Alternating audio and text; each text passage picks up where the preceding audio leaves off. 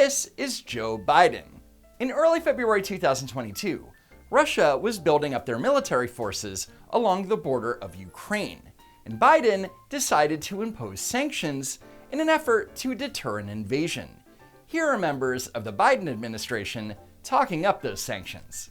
The sanctions are designed in the first instance to try to deter Russia from taking further aggression, from engaging in a massive invasion of Ukraine, beyond the steps that they've already taken. The president believes that sanctions are intended to deter.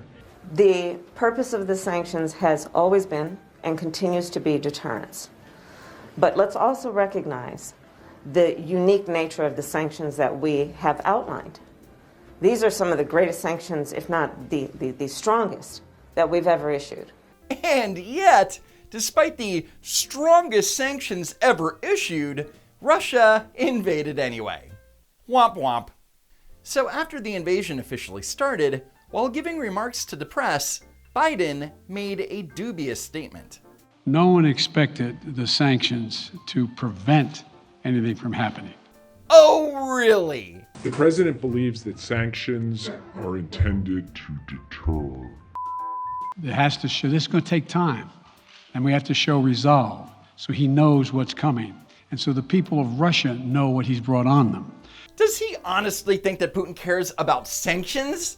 Putin is one of the richest people, if not the richest person in the world. Furthermore, does Biden think that if these sanctions hurt the people of Russia, that they're actually going to be able to do anything about it? Vladimir Putin is a dictator. What are the people of Russia going to do? Hit the streets and protest and vote Putin out of office?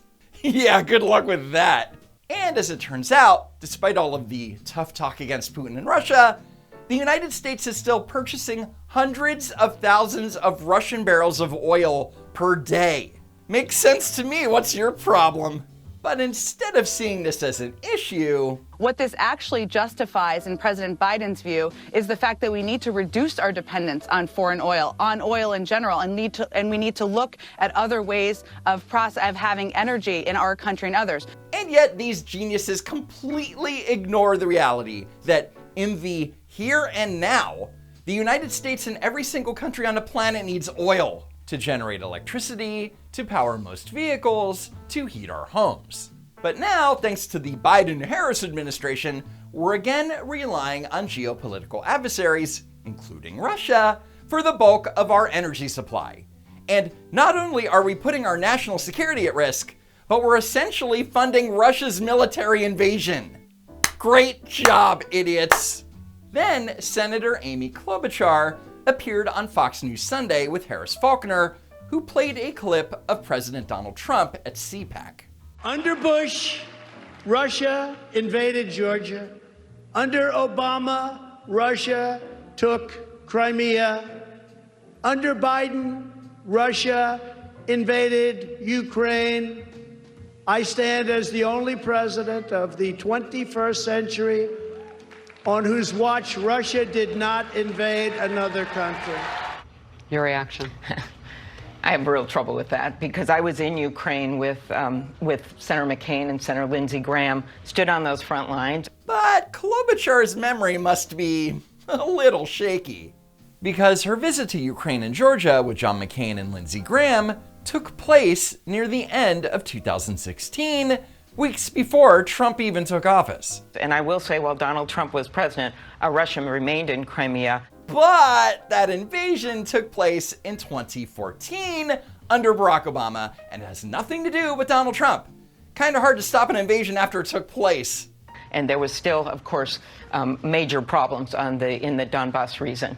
However, the conflict in the Donbass region, which started in 2014 under Obama, is largely due to pro-Russian separatists. Russia didn't invade Donbass outright, so what Trump said at CPAC was 100% factual. With that said, just look how triggered Klobuchar got just by watching a 25-second clip of Trump. Secondly, it was Donald Trump that signed the agreement to bring the troops home from Afghanistan. So what does Afghanistan have anything to do with Russia and Ukraine? Well, nothing obviously.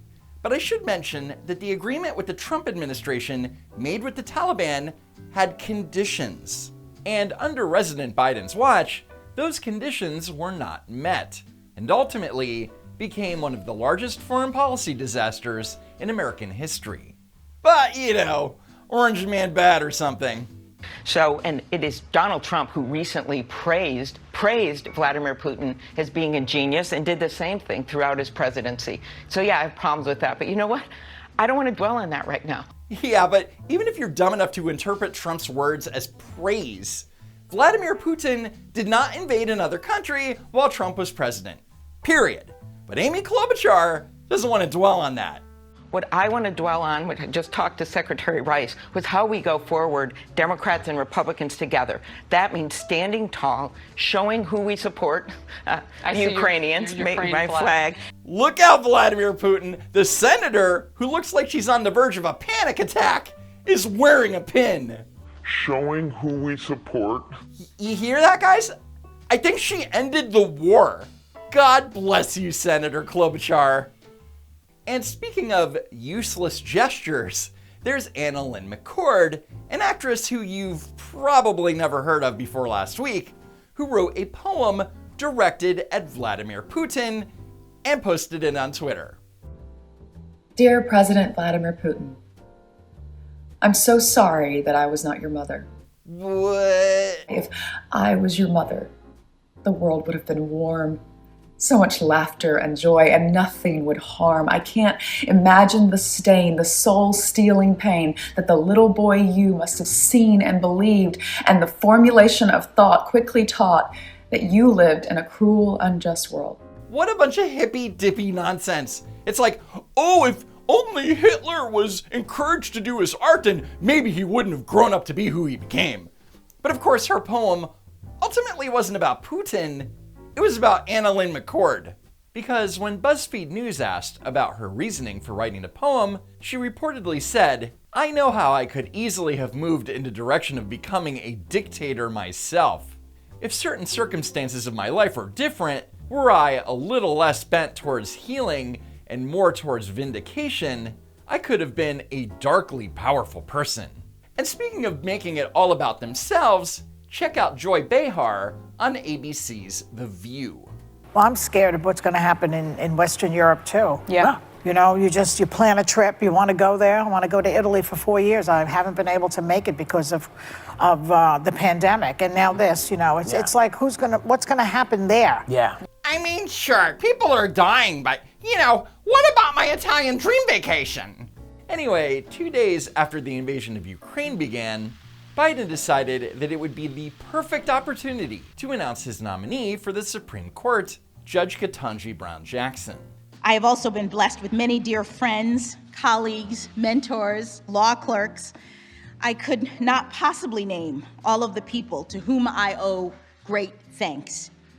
But I must mention specifically the 3 brilliant jurists for whom I had the privilege of serving as a law clerk at the outset of my legal career. U.S. District Judge Patty Saris in Massachusetts, U.S. Court of Appeals Judge Bruce Selya in Rhode Island. Anyway, I'm sure that I'll be covering more of the nomination process down the line. But in the meantime, watch how Biden ended the event. I forgot to introduce the First Lady, Dr. Jill Biden, and the second gentleman. That seems strange to say that, but... First off, why is he announcing their presence in the first place? Second, referring to Doug Emhoff as the second gentleman is not strange because that is his title. And the second gentleman, that seems strange to say that, but the second Doug is Emhoff. Remember when we had a president that could actually speak words? Anyway, if you know anything about Joe Biden, you'll know that Doug Emhoff has been called worse. But my wife Jill, as you know, and Doug Emhoff, Kamala's wife, are there. Kamala will be back later this week, I think on Friday. And on that note, that's it for now. Be sure to like and subscribe, and be sure to check out these videos that you probably missed. And I hope to see you next time, if there is next time.